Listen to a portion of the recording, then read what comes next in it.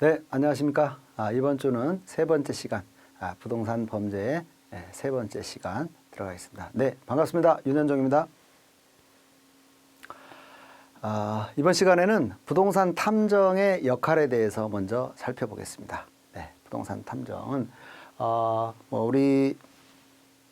제가 실무에서 이제 부동산 쪽의 일을 하면서 실제로 경험을 토대로 해서 과연 탐정이 어떤 역할을 할 수 있을 것인가를 한번 생각을 해봤습니다. 그래서 정리를 해봤는데요. 먼저 중개업 분야에서는 부동산 매매나 임대차 등의 거래 시에 진정한 소유권자 조사 업무. 이게 일본 같은 경우에 실제로 탐정의 의뢰가 많은 파트라고 합니다. 왜 그러냐면 우리나라는 이제 부동산 등기에 공신력이 인정되지 않기 때문에 그렇습니다. 부동산 등기의 공신력은 무엇이냐? 등기부 등본상의 소유권자라고 나와 있는 사람하고 거래를 하게 되었는데, 만약에 진정한 소유권자가 나타나서 소유권자가 바뀌었을 경우에 보호를 받을 수 있느냐? 우리나라는 그럴 경우에 보호를 받지 못합니다. 왜? 공신력이 없기 때문에 그렇습니다. 이제 법체계의 어떤 좀 특성인데요. 공신력이 인정되는 나라가 있고 인정되지 않는 나라가 있습니다. 자, 그래서 현재까지 우리나라의 법체계는 등기의 공신력을 인정하지 않고 있다. 그래서 등기부 등본상에 나타나 있는 소유권자가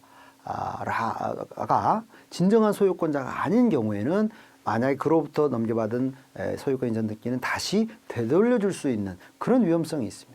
그래서 이렇게 공신력이 인정되지 않는 나라에서는 가급적이면은 이 소유권자가 진정한 소유권자인지를 전 소유자나 다른 기타 관계들을 다 분석을 해서 이 사람 등기부에서 나와 있는 이 소유권자가 진정한 소유권자가 거의 확실하다. 약간 의심이 있을 때 이런 조사를 의뢰하겠죠. 자, 그렇게 진정한 소유권자인지에 대한 조사와 더불어서 그 다음에 매도 매매 권한이 있는지 등까지, 아까 우리가 소유권자인 것처럼 가장을 해서 타인 부동산을 팔아치운 그런 부동산 사기꾼들이 있었죠. 마찬가지로 그러한 위험성들은 없는지까지도 보는 겁니다. 그래서 등기의 공신력 문제와 더불어서 매도 매수 권한 플러스 그 다음에 타인 부동산을 처분하는 그런 문제 위험성으로부터 위험으로부터 벗어나기 위해서 탐정에게 의뢰를 한다는 겁니다. 자, 내가 사는 부동산이 소유권에 문제는 없느냐, 안전하냐, 이걸 의뢰한다는 거죠. 그래서 우리나라에서도 공인탐정법이 도입이 된다면 아마 매매 임대차 시에 진정한 소유권자에 관한 어떤 그런 탐정의 역할이 상당히 많이 일어날 것이다 라고 보고 있습니다. 그 다음에 불법 중개업자 조사. 거래 사고가 났어요. 그런데 이 책임이 누구에게 있느냐? 그런데 보니까 중간에서 소개하는 중개업자의 책임이 큰 것 같은데, 이 부분을 이렇게 책임을 회피하기 위한 어떤 상황이 발생을 했을 때, 그때 전문적인 지식을 가지고 거래계에서 어떤 지식이 있는 탐정이 이 부분은 책임이 이 사람한테 이러이러한 이유로 인해서 중개업자한테 책임이 있다 없다, 이런 부분에 대한 정확한 판단을 해줄 수 있는 것. 역시 부동산 탐정이 이 역할을 할 수 있다고 봅니다. 그 다음에 불법 떴다방 조사. 이거는 이제 물론 경찰이나 관할 간청에서도 뭐 합니다만은, 근데 불법 떴다방으로부터 피해를 받은 그런 어떤 개인이 있다면, 그리고 그런 그 불법 떴다방을 뭐 감시 추적 미행을 해서 범법 사실을 밝힐 필요성이 있다면 역시 탐정이 이 분야에서 큰 역할을 할 수 있다라고 보겠습니다. 그다음에 상습 사기 중개 보조원 조사. 이거는 중개업계에서 의뢰가 들어올 수 있다고 봅니다. 그러니까 부동산 중개사 밑에는 약 한두 명, 많게는 여러 명의 중개 보조원을 채용하고 일을 하는데요. 이 중개 보조원들 중에서 악질적인 사기꾼들이 있습니다. 그래서 여러 부동산을 전전하면서 이렇게 나쁜 범죄를 일으키고 사고를 일으키는 그런 어떤 악질적인 중개 보조원들을 추적하고 감시해서 범법 행위를 적발해서 부동산 거래 사고로부터 사회를 지켜내는 그런 역할. 그래서 어떤 특정한 어떤 개인들이나 이런 부분을 탐정이 또 이렇게 찾아내는 일. 그런 부분도 중개업 분야의 한 부분이라고 볼 수 있겠고요. 조금 이것은 뭐 여러 가지 검토해야 될 부분이 많습니다만은 중개사와 탐정 자격을 두 개를 같이 각각의 자격을 같이 갖고 있는 사람이란다면 인접 가까운 거리 아니면 바로 근접해서 탐정업과 중개업을 같이 한다면 조금 더 시너지 효과를 내서 여러 가지 효율적인 중개, 효율적인 탐정을 할 수 있지 않을까라는 생각을 하면서 사실은 프랜차이즈 사업도 뭐 가능한 일이 아닌가라는 그런 생각을 하고 물론 이제 좀 더 여러 가지 조사가 필요하고 연구 검토가 필요하겠습니다만은 자 여기에 이 분야에서 저는 부동산 탐정의 역할이 있다라고 생각을 합니다. 자 그다음에 이제 분양 사업 분야로 넘어가게 되면요.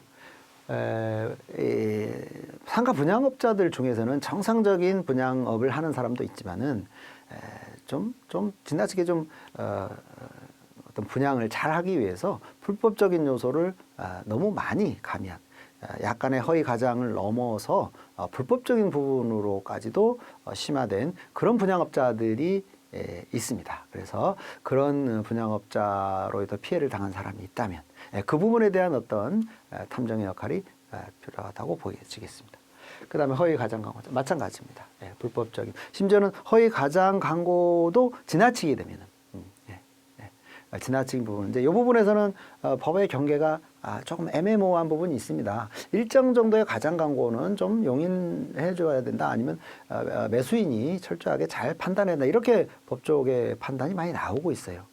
그런데 너무 지나치게 교묘하게 정도를 넘은 과장 내지는 허위를 포함한 그런 과장 광고로 인해서 피해를 봤다.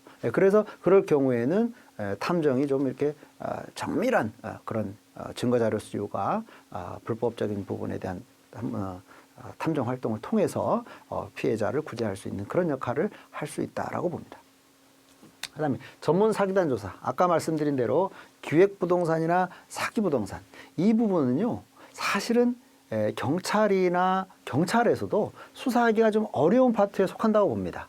왜냐하면은 이게 특히 기획부동산 같은 경우에는 개발 사업자라고 자기가 주장을 하기 때문에 이 개발 사업이 정말 이 사람이 개발할 능력이나 의사가 있는 사람인지를 경찰이 판단하기가 쉽지 않습니다. 그래서 대부분 나는 사업자입니다. 열심히 사업하고 있습니다라면 그 부분을 굳이 경찰 쪽에서 어떤 뭐 혐의가 있다고 해서 뭐 이렇게 체포하거나 수사를 하기가 어려워요. 그래서 이런 부분은 오히려 탐정의 역할이 필요하다고 봅니다. 그래서 어떤 탐정들이 전문적인 지식을 가지고 부동산에 대한 지식을 가지고 그런 범죄자들을 찾아내는 그리고 처벌하는 그런 역할은 바로 부동산 탐정의 역할이다라고 생각을 합니다. 그리고 이제 탐정 부분에서 이제 탐정 활동 영역에서 중요한 부분이죠. 미국 같은 경우에는 이렇게 소송은 법률 소송은 변호사가 하지만 증거자료 수집은 탐정이 오히려 잘한다는 겁니다. 이미 시스템화되어 있답니다. 우리나라의 경우에도 변호사협회에서 이렇게 탐정 도입 부분에 좀 반대하는 세력으로서 자리 잡고 있는데요. 이제는 조금 인식을 좀 확장을 해서 오히려 서로 상생할 수 있는 모델이 충분히 있고 세계적으로도 그런 상생할 수 있는 그런 틀이 있기 때문에 이제 우리나라도 변호사 쪽에서도 탐정 역할은 그렇습니다. 민사소송 부분에서 증거자료 수집, 사실관계 확인 이런 부분들은 오히려 탐정에게 아웃소싱을 주거나 탐정 자격증 가진 사람을 고용을 해서 오히려 효율적인 재판, 승소하는 재판을 이용하는 데 서로 상생할 수 있는 그런 관계가 되지 않나라고 생각을 하고요. 앞으로 탐정법이 통과가 된다면, 공론화가 된다면 바로 민사 변호사업 분야에서도 탐정의 역할이 크다라고 볼 수 있겠습니다. 경찰 업무 분야. 이제 경찰 업무라기보다는요, 이제 어떤 그 형사적인 어떤 사건에 있어서 이제 형사 재판을 가게 될 경우에 자기한테 유리한 증거, 우리나라는 지금 공판 중심주의이기 때문에 당사자주의, 공판 중심주의이기 때문에 자기한테 유리한 증거, 내가 범인이 아닌데 범인의 어떤 뭐 오해를 받고 있다. 그러면 내가 범인이 아니라는 증거자료 수집. 또 뭐 피해를 당했는데 뭐 어떤 피해를 당했는지에 대한 증거자료 수집. 또 범죄 혐의가 있는 자, 범죄인을 예를 들어서 이제 처벌을 하기 위해서는 구체적으로 어떤 그 증거가 있나. 이런 여러 형사와 관련된 증거자료 수집에도 예를 들어서 의뢰인이 필요에 의해서 만약에 요청한다면 탐정에서 충분 증거 자료 수집을 해주는 것이 효율적인 형사 소송에 임할 수 있는 그런 역할을 우리가 탐정이 할 수 있다고 봅니다. 그래서 경찰 업무 분야에서도 사실은 탐정 역할이 그런 측면에서 경찰 업무를 하는 게 아니라 형사 소송 부분에서 어떤 탐정 역할이 있다라고 볼 수가 있겠습니다. 그 다음에 이제 개발업 분야, 이거는 이제 부동산 업계에서 제가 여러 가지 활동을 하면서 이제 느끼고 그런 이제 여러 가지 상황을 들은 얘기인데요. 특히 대규모 그 개발 사업을 할 경우에 그 악덕 이제 개발 사업을 할 경우에 여러 필지의 토지를 이제 사들여서 개발 사업을 해야 되는데, 그 필지, 특히 이제 소수 일부 필지가 소유자를 만날 수가 없다든지 소재가 불명하다든지 등등의 문제로 인해서 아주 좋은 입지의 토지인데도 뭐 한두 필지 때문에 개발 사업을 못해서 내지는 개발 사업을 진행하다가 중단이 되어서 비용 손실이 발생하는 그런 어떤 대규모 프로젝트의 경우에는 시간이 이렇게 이제 결과적으로는 비용 문제이기 때문에, 자, 그런 어떤 어려운 상황에 처해진 개발 사업 분야에서도 만약에 어떤 토지의 소유자를 찾거나 어떤 권리자를 찾아서 이 사업을 원만하게 진행할 수 있도록 도움을 요청한다라고 한다면 역시 부동산 탐정의 기법을 통해서 개발 사업이 잘 성사될 수 있도록 돕는 그런 것도 탐정의 역할을 할 수 있다고 보여지겠습니다. 그래서 뭐 그러한 역할도 할 수 있고요. 그 다음에 또 이런 대규모 개발 사업에서 좀 나쁜 의도를 가지고 알박기라고 표현합니다. 예를 들어서 전체 사업 대상 필지에 한두 필지를 작은 금의 필지를 가지고서 뭐 사업을 이렇게 고의적으로 뭐 방해한다든지 지연시킨다든지 이런 어떤 나쁜 어떤 그 의도를 가진 사람들이 있어요. 그럴 경우에 그런 사람들을 파악을 해서 약점을 파악을 해서 사업을 방해하지 못하도록 하는데 어떤 자료를 수집해 준다든지 도움을 줄 수도 있지 않겠는가라고 생각을 합니다. 그래서 어쨌거나 이런 부분은 아직 우리가 이제 탐정법이 이제 통과되지 않아서 구체적으로 의뢰가 들어오거나 그런 건 아닙니다만은 부동산 사업을 진행함에 있어서 애로사항들이 이런 사항들이 있더라. 자, 그런 부분의 일부를 탐정이 역할을 해서 해결해 줄 수 있지 않겠는가라는 그런 생각을 해보게 됐습니다. 다음에 이제 건설업 분야인데요. 건설업도 대규모 대단지 작은 건설업에서 대규모 건설까지 하다 보면은 건설자재 도난의 문제라든지 아니면 일정 재료가 이게 손실된다든지 뭐 이런 문제가 발생할 수 있거든요. 자, 그럴 경우에 만약 거기에 대한 원인 조사를 하고 문제점을 파악을 해서 빨리 그 손실을 줄이는 그런 부분에서도 충분히 탐정의 역할이 필요하다라고 보여지고요. 그다음에 또 이제 건설업 분야에서는 제일 문제가 되는 게 바로 유치권자입니다. 그러니까 유치권이라는 게 뭐냐면 자기가 해당 부동산에 있어서 어떤 채권을 있는데 그 채권을 확보하기 위해서 어떤 건물을 점거한다든지 이를 통해 자기 권리가 확보될 때까지 물건을 점유하는 그런 어떤 기능이 유치권인데요. 정상적인 유치권자가 아니고 아무런 권한이 없는 채권이 없는 자가 불법적으로 어떤 건설 현장이나 이런 거를 점거를 통해서 피해를 끼치는 그런 어떤 나쁜 집단들이 있습니다. 그래서 그런 불법 유치권자들을 좀 조사를 해서 이렇게 피해를 막을 수 있는 그런 부분도 저는 탐정의 역할이 충분히 나올 수 있다고 봅니다. 그래서 건설업 분야까지 이처럼 부동산 탐정은 뭐 중개업, 그다음에 분양사업, 전문 사이단 조사, 변호사업, 경찰 업무, 개발업 분야, 건설업 분야까지 상당히 폭넓은 영역에서 탐정의 활동이 필요하다라고 보여집니다. 부동산 탐정 활동의 요령에 대해서 살펴보겠습니다. 자, 우선 부동산 탐정은 기본적으로 예절을 좀 잘 갖춰야 된다라고 봅니다. 자, 왜 그러냐면 부동산 탐정 활동은 기본적으로 설득 활동이다 이렇게 말할 수가 있겠습니다. 공권력이 아니지 않습니까? 상대방이 스스로 협조하도록 만드는 설득 활동이다라는 점. 그래서 인사를 잘하고 예절을 잘하고 그다음에 복장도 좀 이렇게 깔끔하고 신사다운 복장. 그다음에 뭐 언어도 좀 이렇게 편안하고 고급스럽고 권위적이지 않고 뭐 심지어는 목소리까지도 이렇게 부드럽고 협조를 유도할 수 있는 그런 예절을 갖춰야 된다. 태도를 갖춰야 된다. 이게 탐정활동의 기본이라고 생각을 합니다. 그리고 인상도 기왕이면은 좀 호감 있는 인상. 이런 걸 위해서 노력을 해야죠. 예, 그래서 뭐 사소한 거지만 저는 탐무 활동의 예절로 인해서 많은 정보가 수집될 수도 있고 아니면 수집할 수 있는 거를 못하게 되는 그런 요인이 될 수도 있다고 봅니다. 그래서 기본적으로 탐정 활동은 예절 발라야 된다. 그런 측면을 제일 먼저 생각을 해봤고요. 그 다음에 탐정 활동에 임하는 자세. 그래서 이제 이런 복장, 예절 잘 갖추고 실제 대화로 들어갔을 때 먼저 대화에 임하는 자세는 뭐냐면 탐문의 목적을 수시로 상기하고 탐문 장소, 상대방의 입장과 움직임, 태도 등에 민감한 살핌이 필요하다. 무슨 얘기냐면 어떤 사건에 대해서 누군가에 대해 정보를 줘야 되는데 혹시라도 이해관계인들한테 노출이 돼서 자기 진술에 의해서 나중에 자기가 해를 당하지 않을까 이런 걱정을 할 수가 있다라는 겁니다. 그래서 탐정 활동을 나갔을 때는 이 장소 혹시 주변 사람들을 의식하는 눈치 같으면 요령껏 커피 한 잔을 대접한다든지 아니면 식사를 대접한다든지 하면서 편안하게 탐문에 도움을 줄 수 있는 장소 선택을 해야 된다는 겁니다. 길거리에 서서 아니면 이 사람이 불안감을 느끼는 그런 장소에서 탐문을 하면 안 된다는 거죠.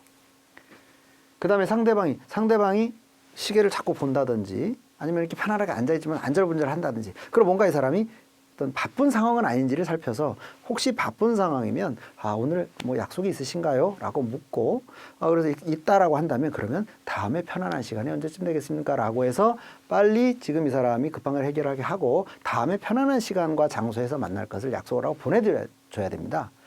다시 못 만날까 봐라는 조바심 때문에 자칫 진정한 협조를 받을 수 있는 사람을 비협조적인 사람으로 우리가 바꿀 수 있는 그런 위험성이 있기 때문에 바로 이런 장소나 상대방의 움직임, 태도 등을 민감하게 살펴야 된다는 점이죠.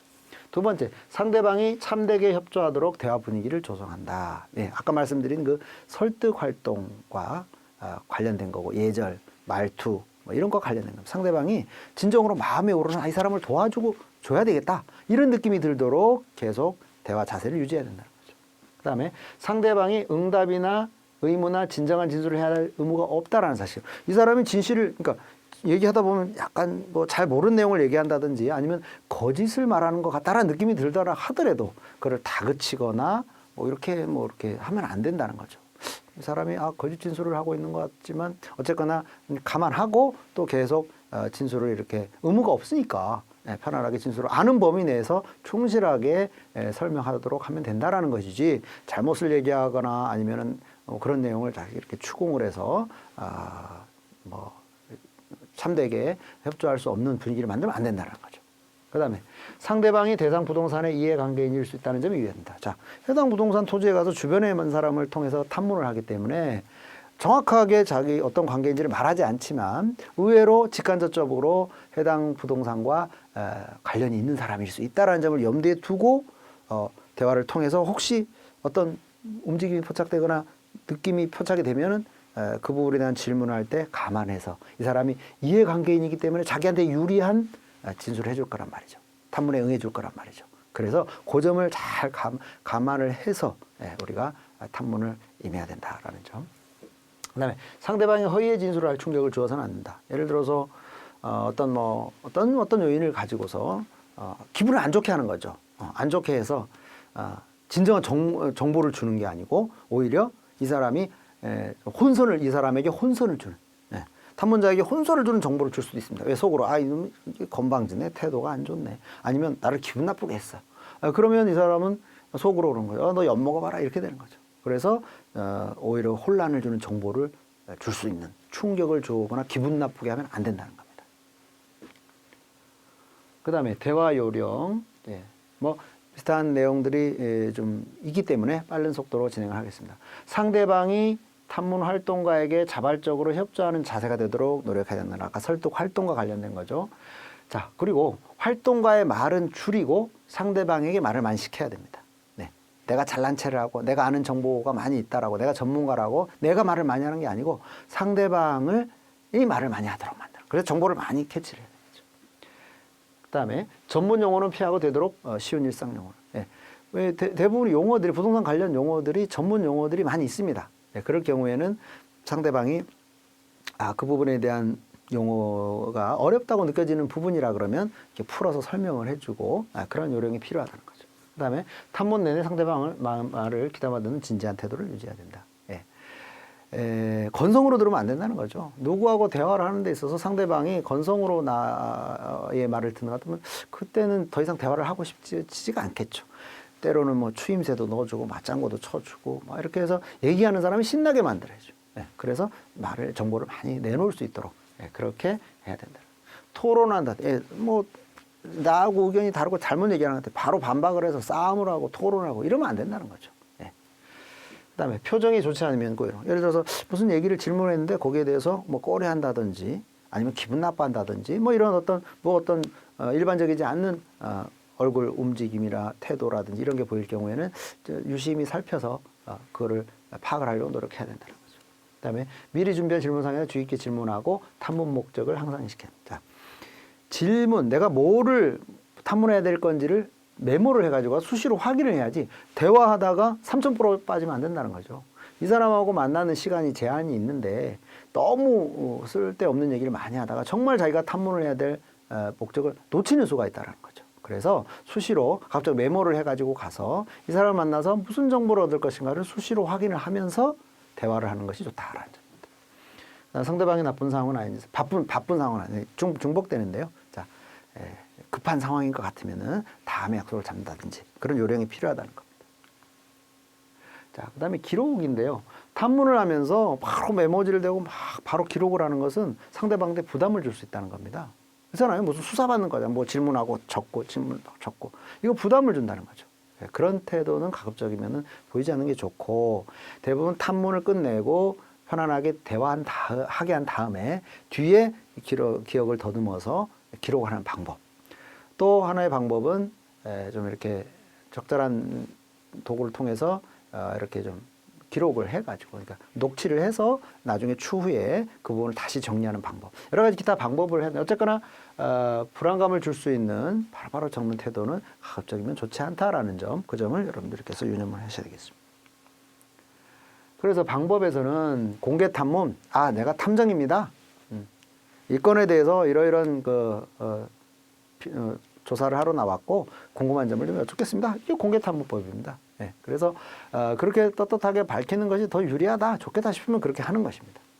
가장 탐문법, 이게 무슨 목적인지 알고 어떤 건이 사건에 연루된 건지 알면 이 사람이 싫어해서 협조 안 할 것이다 그러면 어떤 이유를 들어서 다른 사람을 내세워서 내가 가는 것이 아니고 그와 관련된 대화를 이렇게 잘 설득 활동에 유리하다고 생각되는 사람을 고용을 해서 그러니까 고용은 밑에 있고요. 다른 사람은 고용해서 나오고 이거는 내 신분을 속이고 난 탐정이 아니야. 감정평가사예요. 중개사예요. 부동산을 살려고 하는 사람이에요. 이렇게 자기 신분을 탐정이라는 신분을 굳이 얘기하지 않고 하는 방법. 절충법. 여러 가지를 섞어서 하는 방법. 이렇게 볼 수 있습니다.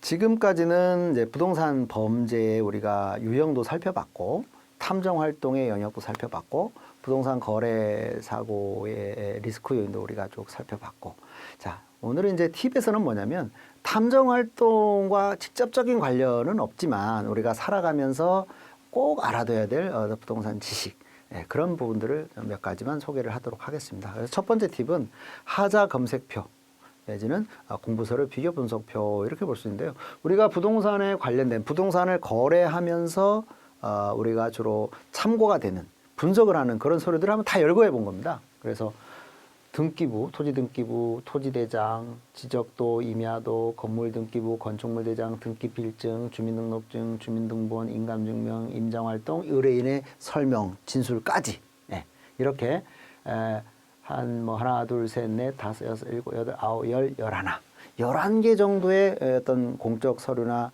이런 관련된 거를 우리가 최대한 한다면 이런 11개 항목을 분석을 할 필요성이 있다. 그 다음에 그 11개의 공부 서류는 항목 중에서 또 소재지, 지목, 면적 이런 것들을 이렇게 이제 제가 이렇게 용표를 해놓은 것은 해당 등기부에 소재지가 나와 있다, 지목이 나와 있다 이렇게 체크해 놓은 겁니다. 그래서 이 부분들을 다 체크를 한다면, 그리고 그것이 일치한다면 이때는 하자가 없는 물건이다라는 뜻으로 우리가 한번 활용해 보는 그런 검색표로 여러분들한테 한번 제공을 하겠습니다. 그래서 이 11일을 다 할 수는 없지만 뭐 일부 중요한 몇 가지만이라도 검색을 하더라도 여러분들이 사고로부터 권리상의 하자가 있거나 문제가 있는 물건을 사는 것을 방지할 수 있는 하자 검색표다, 이렇게 소개를 하겠습니다.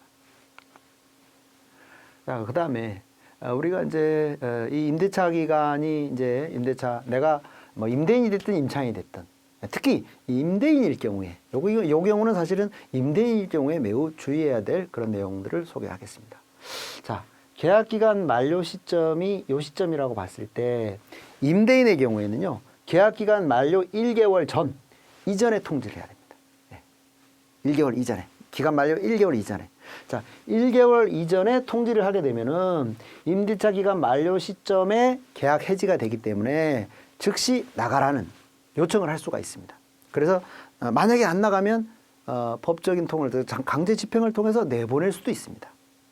자, 이전에 통지를 했을 때. 근데 이 1개월 이전에 통지를 못했어요. 날짜를 잘 챙기지 못해가지고 1개월 이전이 아니라 뭐 이 사이 아니면 만료 이후에 통지를 했어요. 이럴 경우에는 통지를 해도 그 사람을, 임차인을 내보낼 수가 없다. 즉, 내 부동산이지만 내 재산이지만 내 마음대로 할 수 없는 사태에 빠진다는 겁니다. 임대인으로서는 거의 지옥에 들어가는 수준이나 마찬가지죠.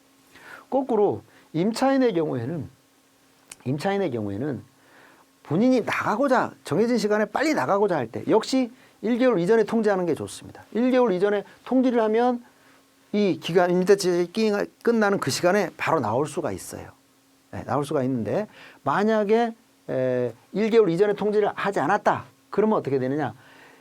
이 임차인의 경우에는, 자, 이 부분은 조금 잘못 오차가 있습니다. 자, 임대인의 경우에, 요 경우에 1개월 이전에도 나가게, 이거 좀 오타 부분입니다, 여러분. 예, 죄송합니다. 자, X표다, 이게. 자, 임차인은 1개월 이 사이에 통지를 해도, 해지 통지를 이때 해도 임차인은 이 통지한 시점으로부터 1개월, 2개월, 3개월 후에는 내 돈을 주세요. 난 나가겠어요. 이렇게 하고 3개월 후에 해지 효력이 발생한다는 겁니다. 3개월 후에. 이 사이에 통지를 해도. 근데 임대인의 경우에는 이 사이에 통지를 해도 3개월 후에 내보내거나 할 수가 없어요. 그냥 어떤 상태에 들어가느냐? 바로 묵시적 갱신 상태로 들어간다는 사실입니다. 즉, 전 임대차와 동일한 조건으로 재계약된 걸로 간주합니다. 이 점이 임대인과 임차인의 큰 차이점입니다. 예, 다시 한번 강조하겠습니다. 임대인은 1개월 이전에 통지를 해야지만이 해지 효력이 바로 발생을 해서 내보낼 수 있고, 1개월 만료 전 1개월 사이에 통지를 뭐 이전에 못했으니까 지금이라도 해야지, 아무 효력이 없다라는 거죠. 묵시적 갱신 상태로 들어간다면 매우 유의해야 되고요. 임차인의 경우에는 요 이전에 통지를 하게 되면 요 시점에서 바로 해지 효력이 발생하고, 만약에 요 사이에라도 만약에 임차인은 통지를 하면 통지를 한 시점부터 3개월 후에는 계약이 해지가 돼서 보증금을 달라고 요청할 수 있고, 안 주면 임대차 보증금 반환 청구 소송을 통해서 자기 돈을 돌려받을 수 있다. 심지어는 경매에 넣어서 보증금을 찾을 수 있다라는 점입니다. 자, 그래서 바로 이처럼 임차인은 묵시적 갱신 상태로 들어가면 어떤 상황이 발생하냐면, 묵시적으로 갱신이 됐어요. 그래서 전 임대차와 동일한 조건으로, 예를 들어서 뭐 2년이면 2년 동안 재계약이 된 걸로 간주가 돼요. 임대인은 임의적으로 나가라고 할 수가 없는 상태지만, 임차인은 자기가 하고 싶은 대로 할 수 있어요. 계속 살아서 또다시 2년을 다 채워서 나가도 되고, 아니면 중간에 이 시점 난 살다 보니까 어떤 좋은 조건이 생겨서 내가 나가야 되겠어. 그러면 바로 해지에 통고를 해서, 통고를 하고 나면은 3개월 후에는 그 돈을 내줘야 됩니다, 집주인이. 임차인 천국이죠.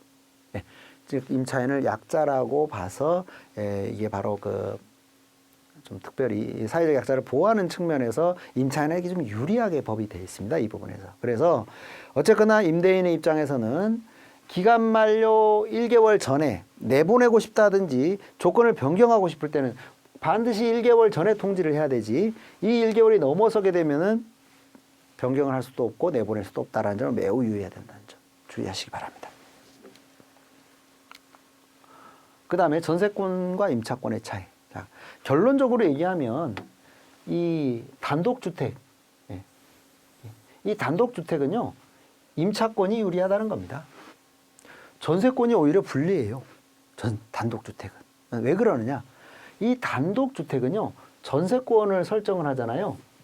이게 단독주택은 엄밀히 얘기하면 토지 플러스 건물로 이루어져 있는데, 전세권은요, 이 전세권은요, 건물에다가만 설정하는 거예요. 전세권의 성질 자체가 건물에다가 설정하는 권리로 만들어진 겁니다.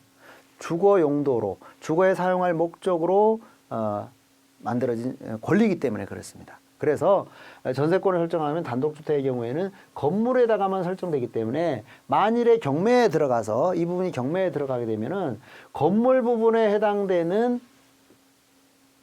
부분에서만 임차인이 자기의 보증금을 받게 된다는 겁니다. 전세권은. 근데 임차권의 경우에는, 즉 전입신고하고 확정일자를 받은 임차권의 경우에는요, 토지 플러스 건물에 해당되는 낙찰 금액에서 배당을 받기 때문에 전세권보다도 훨씬 더 많은 금액에서 자기 보증금을 반환받을 수 있다는 겁니다. 그래서 일반적으로 상식적으로 많은 분들이 전세권 등기가 무조건 좋은 걸로 아는데 그렇지 않다는 겁니다. 단독주택이나 다가구주택이나 상가건물이나 상가주택이나 이런 경우에는요, 오히려 임차권이 더 유리한 거예요. 근데 아파트나 연립주택이나 빌라나 이런 집합건물이라 그래. 집합건물은 두 개가 별 차이가 없어요. 네, 전체 금액에서 받습니다. 그렇지만 단독주택, 다가구주택, 상가주택 이런 것들은 토지와 건물이 별개로 나눠져 있는 부동산은 임차권이 더 유리하다라는 점. 이 점을 유념하셔서, 그러니까 임차인의 입장에서는요, 그냥 전입신고 확정일자 받는 게 무조건 유리한 거예요. 주택의 경우는. 근데 거꾸로 상가 건물의 경우에는요, 좀 다릅니다. 상가 건물의 경우에는 보증금이 전세권 등기의 경우는요, 이제 우리가 이제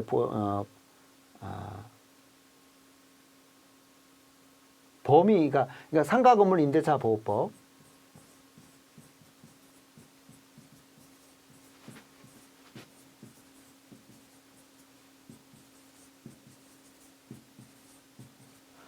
이 상가건물 임대차 보호법의 보호를 받느냐 못 받느냐가 정해집니다.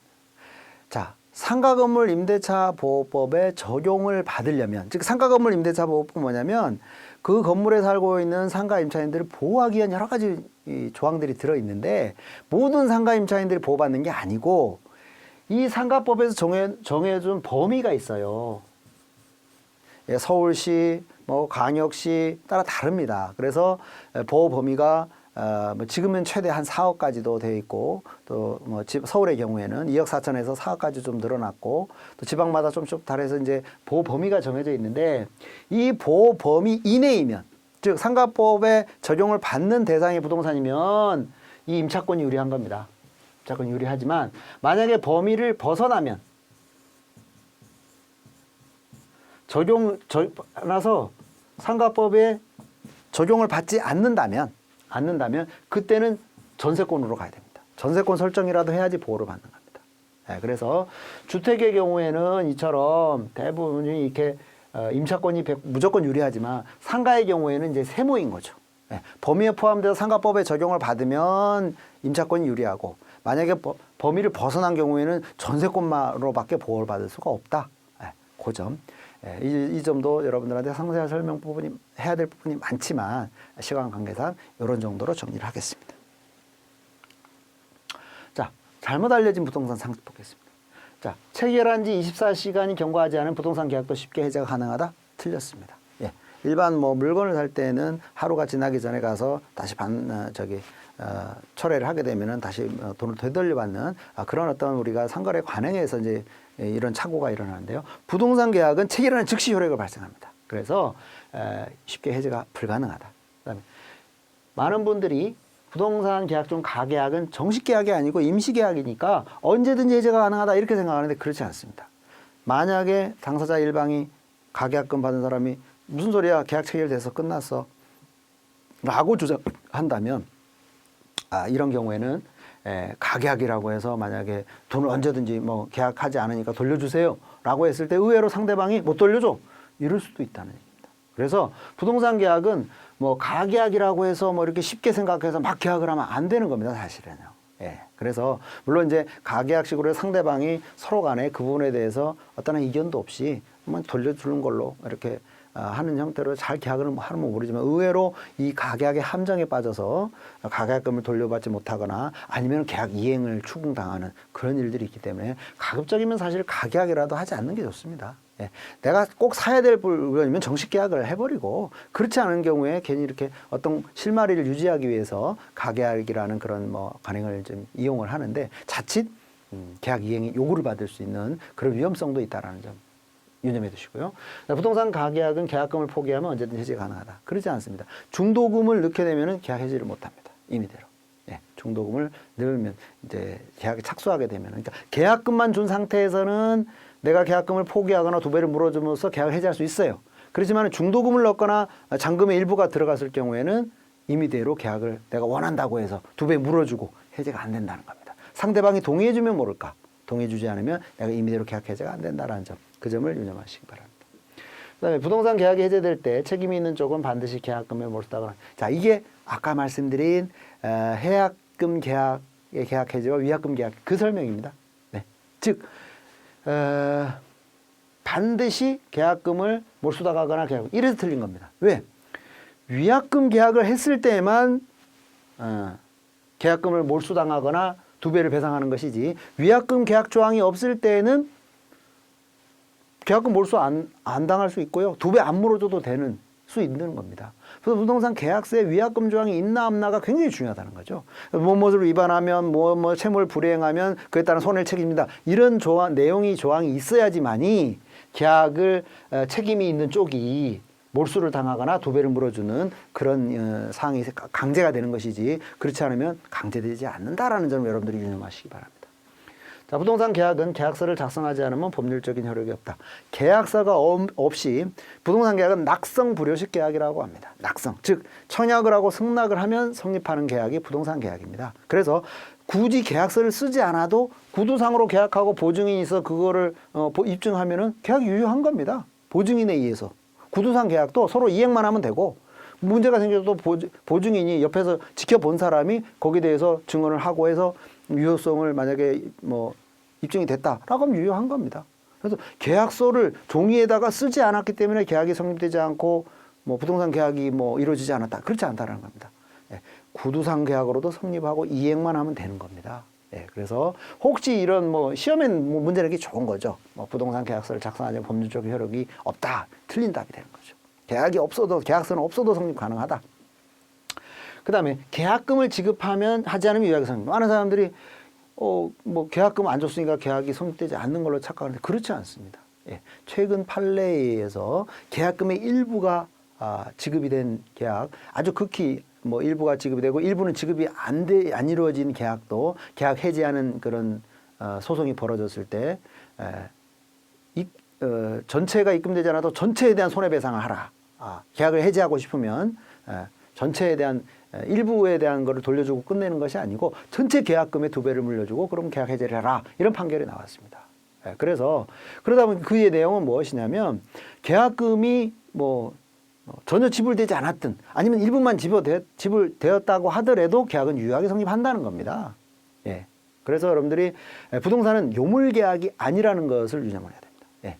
그 전문 용어로 이제 요물계약이 아니라는 즉 계약금을 주고받는 것이 계약 성립 요건이 아니에요. 계약금을 주고받지 않아도 전액을 주지 않아도 계약은 유효하게 성립한다. 이 점을 매우 유념해야 됩니다. 그래서 자칫 계약금을 조금 계약금의 일부만 놓고서 여차하면 다시 회수해서 내가 계약을 이렇게 쉽게 깨려고 하는 그런 꼼수를 부리다가는 자칫 낭패를 당할 수 있는 그런 부분이 있다라는 점을 여러분들께서 유념해 주시기 바랍니다. 좀 뭐 상세한 설명을 좀 드려서 충분한 이해를 도왔으면 하지만 시간 관계상 어떤 결론적인 내용들을 위주로 여러분들한테 설명을 드렸고요. 또 기회가 있다라면 여러 부분에 대한 상세한 공부를 여러분들이 해두시고 오늘은 사실은 굉장히 방대한 내용을 짧은 시간 내에 요약 정리를 하는 그런 정도 시간이라서 여러분들이 좀 궁금증을 유발하는 측면이 있고 해소가 되지 않는 그런 뭔가 갈급함이 생길 수 있다는 그런 것을 인정을 합니다. 이해합니다. 왜? 굉장히 광범위한 내용을 결론적으로만 얘기했기 때문에 그런 겁니다. 그래서 여러분들이 그런 특성이 있다는 점 이해하시고 이번을 계기로 해서 부동산 공부를 좀 더 열심히 한번 해봐야 되겠다라는 자극을 받는다면 좋을 것 같고 또 어떤 기회를 통해서 저하고 좀 더 깊이 있는 공부를 할 수 있는 기회가 더 있었으면 좋겠습니다. 자, 팁을 이렇게 해서 정리를 하고요. 문제는 자, 한국 부동산 탐정의 활동 영역이라고 보기 어려운 것은 중개업 분야, 강도살인 능력 분야, 바로 강도살인 분야죠. 이거는 뭐 우리 부동산 탐정의 영역이라기보다는 경찰, 검찰의 영역인 것이죠. 중개업 분야, 전문사기단 분야, 증거사례 부지 이런 부분들은 다 탐정 영역에 볼 수 있고요. 다음 중 탐정이 상대방과 대화하는 요령으로 적절치 않은 것은 바로 답을 통해서 보겠습니다. 탐정이 대화를 주도적으로 이끌어 나가며 상대방의 말수는 줄인다. 그렇지 않죠? 정반대죠. 탐정은 상대방이 말을 많이 하도록 유도하는 거. 그게 중요하다 그랬습니다. 그래서 자발적으로 협조하도록 자세가 되도록 한다. 탐문 내내 상대방의 말을 귀담아듣는 진지한 태도를 취한다. 상대방의 바쁜 상황은 아닌지 살핀다. 여러분들이 쉬운 문제죠. 그 다음 다음 중 맞는 말은 했습니다. 이 부분도 바로 답을 보도록 하겠습니다. 자, 부동산 계약은 중도금을 지급하면 임의대로 해제가 불가능하다. 그렇죠. 중도금 이후에는 임의대로 안 되고 상대방이 동의가 있거나 상대방이 협조가 있어야 되는 것이지 임의대로 해제할 수 없다. 당사자 일방이 이행에 착수를 해버리게 되면은 계약을 자유롭게 할 수 없다. 그런 뜻이 됩니다. 자, 그럼 한번 이건 이제 지식인가 살펴볼까요? 부동산 계약은 계약금을 지급하지 않으면 유효하게 성립되지 않는다. 틀린 말이죠. 지급하지 않아 성립한다 그랬습니다. 부동산기 계약서를 작성하지 않으면 법률적인 효력이 없다. 계약서가 없어도 효력은 발생합니다. 유효하게 계약이 성립되는 겁니다. 계약 중 가계약은 정식 계약이 아니면 언제든지 해제 가능하다? 그렇지 않습니다. 가계약금만 주고도 계약금의 일부만 들어간 것과 똑같은 거죠. 계약 유효하게 성립한 걸로 몰고 갈 수 있다는 겁니다. 그래서 가계약 할 때에도 이런 위험성이 있다는 걸 유념을 하셔야 된다 그랬죠. 요약 정리하겠습니다. 자, 부동산 탐정활동 영역은 부동산 중개업 분야, 부동산 분양사업 분야, 전문 사기단 분야, 개발업 분야, 부동산 건설업 분야, 변호사업 분야, 경찰업 분야 많은 분야에서 부동산 탐정이 역할이 있다는 점 공부했습니다. 자, 부동산 탐문활동의 요령. 탐문활동은 예절을 잘 갖춰야 된다. 자세도 좋아야 된다. 그다음에 대화도 요령껏 해야 된다. 그다음에 기록을 할 때도 요령껏 해야 된다. 그리고 방법은 절충 방법을 쓰든 어떤 자기만의 방법을 선택해 쓴다라는 점. 네, 이제 요점 정리 마지막 요점 정리입니다. 제가 이제 부동산 하자 검색표 보여드렸고요. 여러분들 참고하셔서 잘 활용하시기 바라고요. 임대차 기간의 만료와 묵시의 갱신, 여러분들 상식으로 특히 임대인 측에서 꼭 알아둬야 될 중요한 내용이죠. 그다음에 전세권과 임차권의 차이, 임차인 입장에서 유의 깊게 한번 받을 필요가 있는 부분이고요. 잘못 알려진 부동산 상식, 우리가 살아가면서 좀 잘못된 상식이라서 그 상식으로 인해서 우리가 위험에 빠질 수 있는 겁니다. 그래서 여러분들께서 이 내용만 결론만이라도 잘 알아두시고 그 부분에서 유의해서 계약에 임하시면 많은 사고로부터 여러분들이 위험을 방지할 수 있다고 생각이 됩니다. 장시간 이렇게 열심히 들어주셔서 3강에 걸쳐서 부동산 범죄, 부동산 탐정의 역할까지 이렇게 검토를 했습니다. 그래서 좀 전달이 미흡한 부분이 있을 수가 있습니다. 여러 가지 시간적인 문제, 장소적인 문제 이런 분들이 있습니다. 그래서 기회가 되면 여러분들한테 조금 더 쉽게 전달할 수 있는 기회가 오리라고 생각을 하고요. 오늘은 여러 가지 내용들을 요약 정리 정도 수준의 결론 수준으로 좀 말씀을 드린 점 양해 부탁드리고요. 장시간 동안 열심히 들어주셔서 감사합니다. 이상 강의를 마치겠습니다. 감사합니다.